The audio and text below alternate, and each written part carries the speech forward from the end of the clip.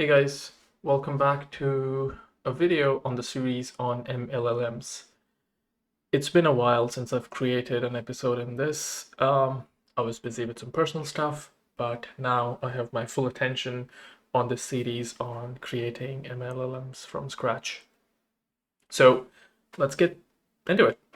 In the first video, we kind of analyzed the LLM as a whole. The three main pieces were you have the language model, you have the vision model, and you have an adapter. So in the previous video, we talked about the language model. So I believe we were using Phi. And now in this video, I want to talk about the vision model that we will use. So some basics. So we can also have a transformer in vision domain, which is the vision transformer, which there's a bit of a battle between convolution networks and vision transformers, and I don't know what's the state of the art, but convolutions are still pretty close to vision transformers because they have adopted a lot of tricks from the transformers domain, but I don't know. But for this, we will use vision transformer, and the way vision transformer works, like just a high level idea, is that we take our image, put it into small patches, and we will embed these patches using some dedicated position embeddings. They could be learnable as well, but I don't know if it matters that much.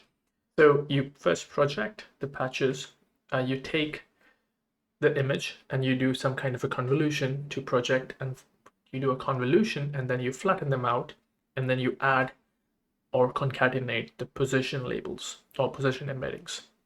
And then you just do transformer as usual, and then you also have like a patch, the classification token in the text domain. So you just have like a random an empty token, and basically on top of that you attach the MLP head, and that does the classification. So this is how vision transformers work. Now OpenAI came up with the clip model. So let me zoom out a bit. So this is a paper from OpenAI that came out in 2021, and basically this was one of the first the vision language models. Like, you can call it an MLLM, but it's a basic implementation of it. But it was a pretty good implementation of it. I don't know if it was the first, but it did a good job. And the way, so basically what they taught the model is, beyond the images, how do we make sense of images and text together? So the image encoder part would be a VIT. So remember, if I go back here and if I, instead of the classification, if I just look at the MLP output, I would have an embedding. Now we take that embedding, so we take 10 images with associated subtitles, associated labels, associated text, and if we generate the embeddings, both the image and the text embedding, so here you could have a language model generating the embeddings, here you have image encoder generating the embeddings. Then basically all we need to do is match the image to its corresponding text embedding. And the way you do it is you do it in a batch fashion, and you take contrastive loss. So what that means is we want the dot product of this to be high compared to, you want the dot product or these two to be closer and everything else to be far apart. So this would be some kind of a contrastive loss that you'll apply, rather a batch contrastive loss. And the way this, the benefit of this is now your image encodings, the encodings that you generate with images, because they are being matched with text encodings, they're kind of they come closer in modality. So both the modalities are far apart in whatever higher dimensional space, but because of this training, they would try to converge closer to each other. And the clip model, why was it trained like this? Because then it could do some kind of a zero shot thing where you first just encode an image, and then I can have like a bunch of texts like, hey, this is I'll have a text, a photo of dash, and then I can generate embeddings for a bunch of things, and then I'll just do a dot product, whichever is the highest, is the object it belongs to. So this was a kind of an interesting application. And because of this contrastive loss, because of these embeddings getting closer to the text embeddings, that is what we want, right? In our MLLM, we want the visual embeddings to be as close to the text embed or feed into the language space. So this is why we want. This is better than just using a standard VIT that hasn't been kind of like this language trained. So this is why we kind of want to use this this language setting. So the model we will use will be Clip, and let me open that. Okay, so let me open the Hugging Face version of it.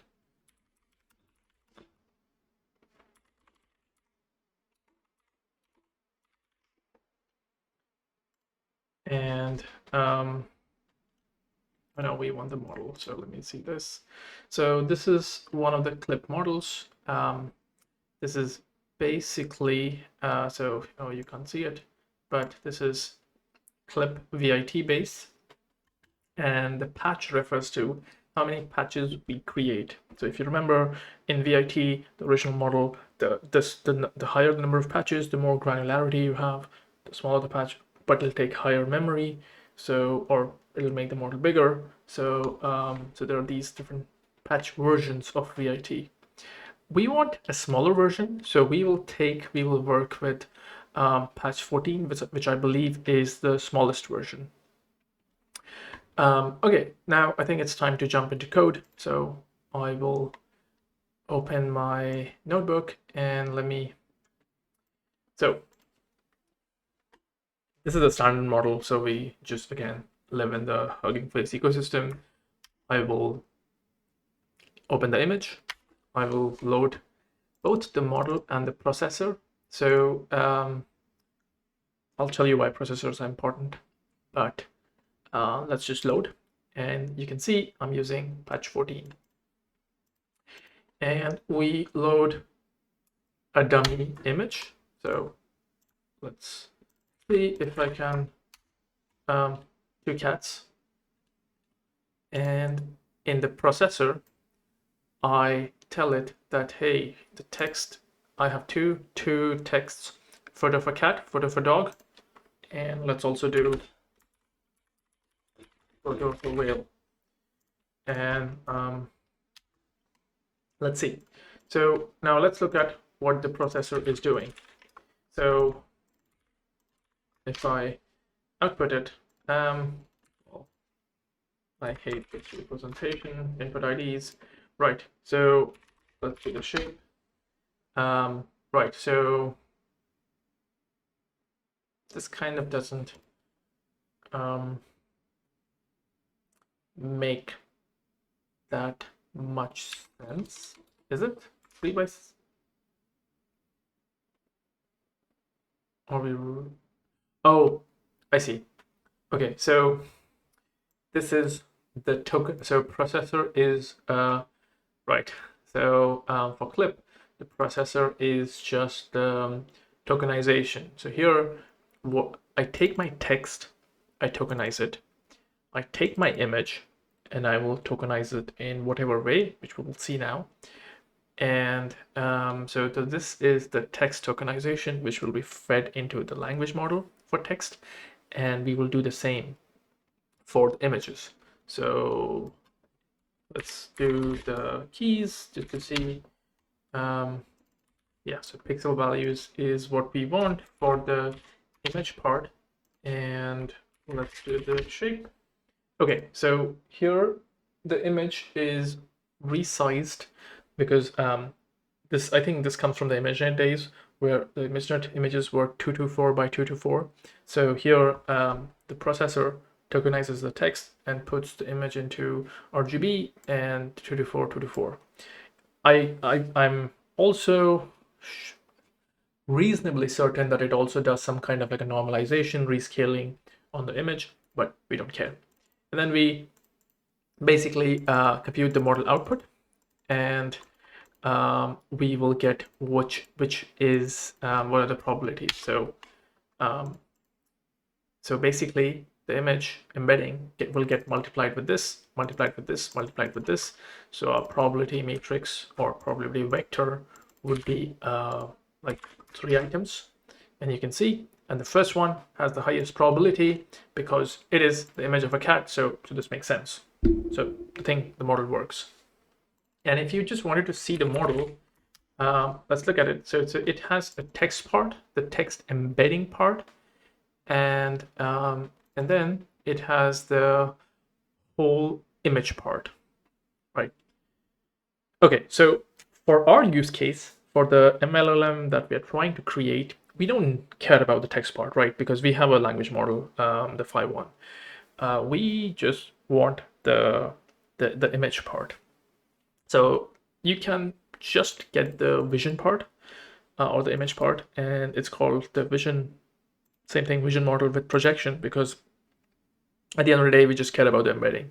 So we can also get the image embedding out. So I will just import that, load that. And now if you see, the processor only cares about the image. Good. And same thing, images 3, 2 to 4, 2 to 4. And then I will pass it through my model. And let me just show you the output first. So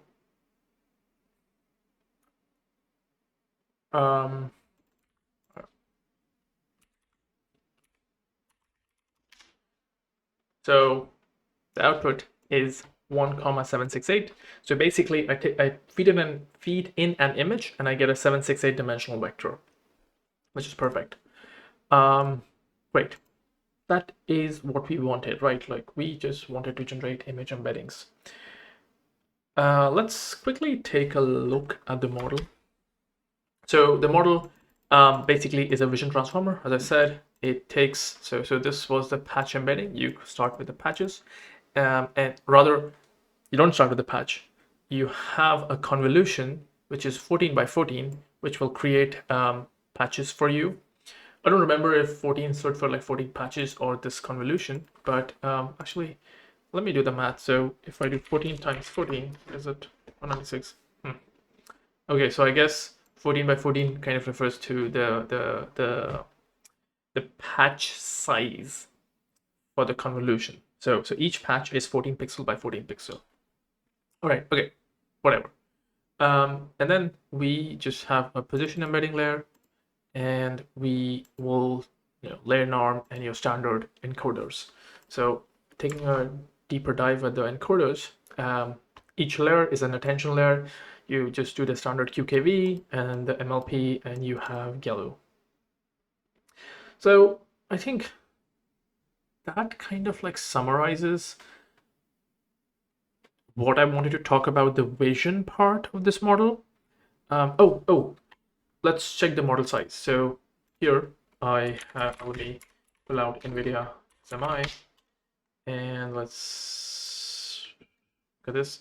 So right now I'm sitting at 3453, and if I put the model in GPU, I need to 4659. So 4659 3453 is 1200. So that's like 1.2 gigs, which is good because our language model is also a few gigs, and this is 1.2 gigs. So that means like, so I have a GPU that has 24 gigs. I'll be able to train them. I don't know if I can like fully fine tune, but at least we can use LoRa or something if we want to like train all the parameters. So in any case, I think that is all I wanted to talk in this video. In the next ones, what we'll try to do is, in the next one I'm excited about, because we'll create the whole network language model adapter and also the vision part, and then we'll train it, and I'm excited for that. So thanks for watching, and like and subscribe if you're interested. I also recently made a video series on how large-scale pre-training code looks like. Check it out. It's pretty interesting. Right.